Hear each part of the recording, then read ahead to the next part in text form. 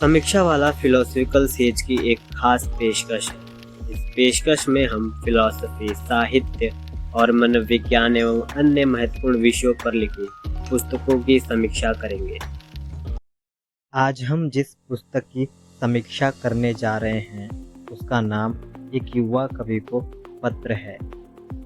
एक युवा कवि को पत्र रेनर मारिया रिल्के द्वारा लिखित एक पत्र व्यवहार है, जिसे बाद के वर्षों में एक पुस्तक की शक्ल दी गई। इस पुस्तक का हिंदी अनुवाद राजी सेठ ने किया है। आप यह मत समझना कि जो आपको अपने शब्दों से तसल्ली देते हैं, जो आपको अच्छे लगते हैं, उनकी जिंदगी आसान होगी। उनके जीवन में भी आपसे कहीं अधिक दुख और उदासी है। अगर ऐसा नहीं होता तो वे उन शब्दों को नहीं ढूंढ पाते। यह चंद लाइनें महान जर्मन कवि रेनर मारिया रिल्के ने अपने 8वें पत्र में दर्ज किया था, जो पत्र एक युवा कवि फ्रांज कापुस के लिए था। जहां मनुष्य की संरचना उसे एक जटिलतम प्राणी बनाती है, वहीं मनुष्य का भावनात्मक और संवादी पक्ष उसे विसंवाद और विखंडन की ओर धकेलता है। मनुष्य की वाक्य पटुता में साधारणतया विसंवाद झलकता रहता है और भावनाओं के स्तर पर खुद को एक ढर्रे पर आगे विस्तृत करना उसे विखंडित करता है। मनुष्य खुशी, दुखी, उदास, गुस्सा, नाराजगी, असहाय, बलवान और अन्य भावनाओं में से किन्हीं भावनाओं को प्रदर्शित करता है और किन्हीं भावनाओं को दबा लेता है तो वह विखंडित हो जाता है। जैसे पृथ्वी संपूर्णता और समन्वय की उत्तम परिभाषा है और वह उसे ठीक वैसे ही प्रदर्शित करती है, वैसे ही एक मनुष्य सभी भावनाओं की संपूर्णता से ही समाज में समग्रता प्रदर्शित कर सकता है, अन्यथा वह विखंडित और विकृत रूप से समाज में व्याप्त रहेगा। फ्रांज कापुस जब अपने जीवन के बेहद बेचैनी, दुख, अकेलापन, नीरसता और असहाय से पुलकित विराट समय में तुच्छ स्थिति में जीवन व्यतीत कर रहे होते हैं और कविताएं लिख रहे होते हैं, तो वह महान जर्मन कवि रेनर मारिया रिल्के से पत्र व्यवहार शुरू करते हैं।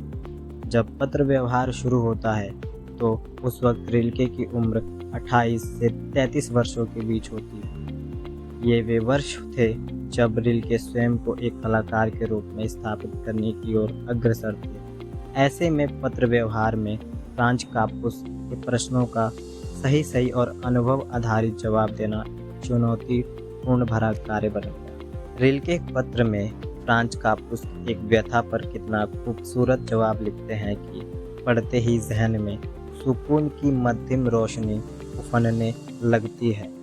वह लिखते हैं कि अपनी जिंदगी से आप बेताबी, दुख और उदासी को दूर क्यों रखना चाहते हैं। शायद आपको पता ही नहीं कि स्थितियाँ आपको कौन सी पूर्णता प्रदान कर रही हैं। आप क्यों इस प्रश्न पर विचार नहीं करते कि सब कुछ कहाँ से आ रहा है और कहाँ जा रहा है। आपको खबर नहीं कि आप परिवर्तन में हैं और परिवर्तित होने के सिवा कुछ भी नहीं चाहते। अगर आपके जीवन का हिस्सा अस्वस्थ है तो मान लीजिए कि बीमारी एक जरिया है जीवाणु को बाहरी दशा से बचाने का। इस अवस्था में आपको उसे बीमार रहने देना होगा तब तक जब तक पूरी बीमारी टूट ना जाए। यही उसके विकसित होने की प्रक्रिया है। आपके भीतर इतना कुछ हो रहा है प्रिय कापुस, आपको धैर्य रखना है जैसे किसी बीमारी में, और आशावादी रहना है जैसे कोई बीमारी में सुधार हो रहा हो। अभी आपने जिन पंक्तियों को सुना वे समस्त पत्र व्यवहार से लिया गया मात्र एक कोमल स्पर्श है।